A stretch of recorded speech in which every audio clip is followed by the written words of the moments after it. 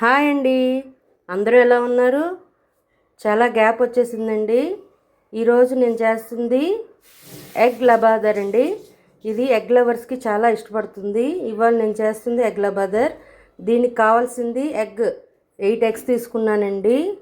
ఇది టమాటా జీడిపప్పు కలిపి పేస్ట్ చేసుకున్నాను. జీడిపప్పు 20 to 25 పీసెస్ నీళ్ళలో నానబెట్టుకొని ఒక హాఫ్ అన్ అవర్. 4 టమాటాస్ తీసుకొని ఈ రెండింటిని బాగా మెత్తగా రుబ్బుకోవాలి. 2 మీడియం సైజ్ ఆనియన్లు చిన్న ముక్కలుగా కట్ చేసుకున్నాను.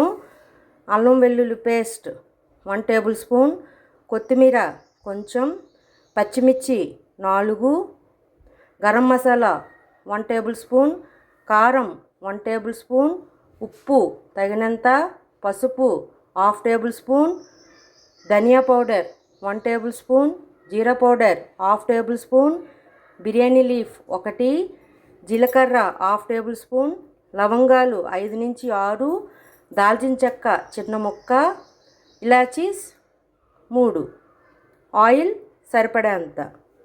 ఇప్పుడు పొయ్యి మీద బాండీ పెట్టుకున్నాను. దీనిలో 4 టేబుల్ స్పూన్ ఆయిల్ వేసుకున్నాను. ఇది వేడెక్కాక ఇలాచీస్, బిర్యానీ లీఫ్, లవంగాలు, దాల్చిన చెక్క, జీరా వేసి కొద్దిగా ఫ్రై చేశాక ఉల్లిపాయలు వేసుకుందాం.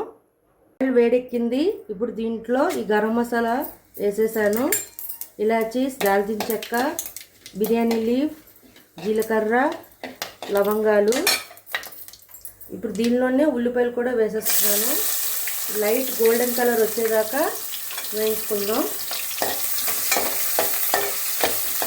తొందరగా వేగాలంటే లైట్గా సాల్ట్ వేసుకుంటే తొందరగా వేగిపోతాయి. లైట్ గోల్డెన్ కలర్ వచ్చేటప్పుడు దీంట్లో అల్లం వెల్లుల్లి పేస్ట్ కూడా వేసేసి పచ్చివాసన పోయేదాకా వేయించుకుందాం. పచ్చివాసన పోయింది. ఇప్పుడు దీంట్లో మనం గ్రైండ్ చేసి పెట్టుకున్న జీడిపప్పు టమాటా ప్యూరీని దీంట్లో వేసేస్తున్నాను.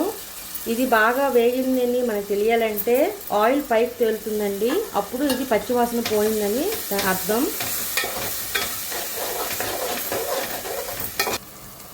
పచ్చివాసన పోయిందండి, చూడండి పైకి ఆయిల్ తేలుతుంది. ఇప్పుడు దీంట్లో పసుపు, కారం, ఉప్పు, పంచదార వేసి ఒక 5 మినిట్స్ వేయించుకుందాం. తర్వాత ఇప్పుడు దీనిలో ధనియా పౌడర్, జీరా పౌడర్ కూడా వేసేస్తున్నాను. పచ్చిమిర్చి ఒక 4 తీసుకున్నాను, చీలికలుగా కట్ చేసుకుని.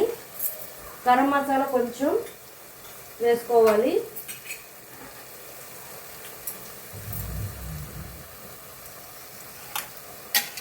ఇవన్నీ ఒక 5 మినిట్స్ వేయించుకున్న తర్వాత ఒక 1 గ్లాస్ వాటర్ దాకా వేసుకుందాం.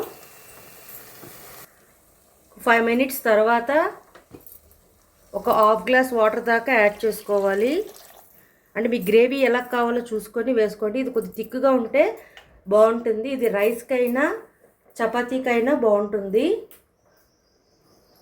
నేనైతే 8 ఎగ్స్ తీసుకున్నాను కదండి, హాఫ్ గ్లాస్ వాటర్ సరిపోదు. సో 1.5 గ్లాస్ వాటర్ తీసుకున్నాను. ఇది బాగా మరగనివ్వాలి. మరిగాక గుడ్లు దీంట్లో కొట్టేయాలండి. ఈ మరుగుతున్నప్పుడే కసూరి మేతి కూడా వేసుకుంటామండి. అది పూర్తిగా ఆప్షనల్, నేనైతే వేసుకోవట్లేదు. ఎవరైనా ఇష్టం ఉంటే వేసుకోవచ్చు. ఇది బాయిల్ అవడం స్టార్ట్ అయ్యిందండి.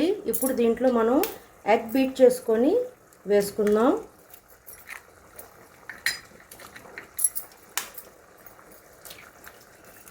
ఇప్పుడు దీన్ని మీడియం ఫ్లేమ్లో పెట్టుకొని మూత పెట్టేయాలండి గుడ్లు వేసాక.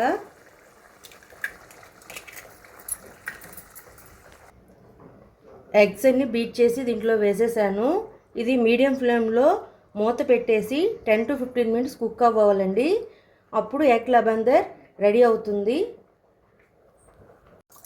చూడండి చక్కగా ఉడికిపోయిందండి. ఇప్పుడు దీంట్లో కొత్తిమీర వేసుకొని ఇంకొక 2 మినిట్స్ ఉంచేసి గ్యాస్ ఆఫ్ చేసుకోవడమే.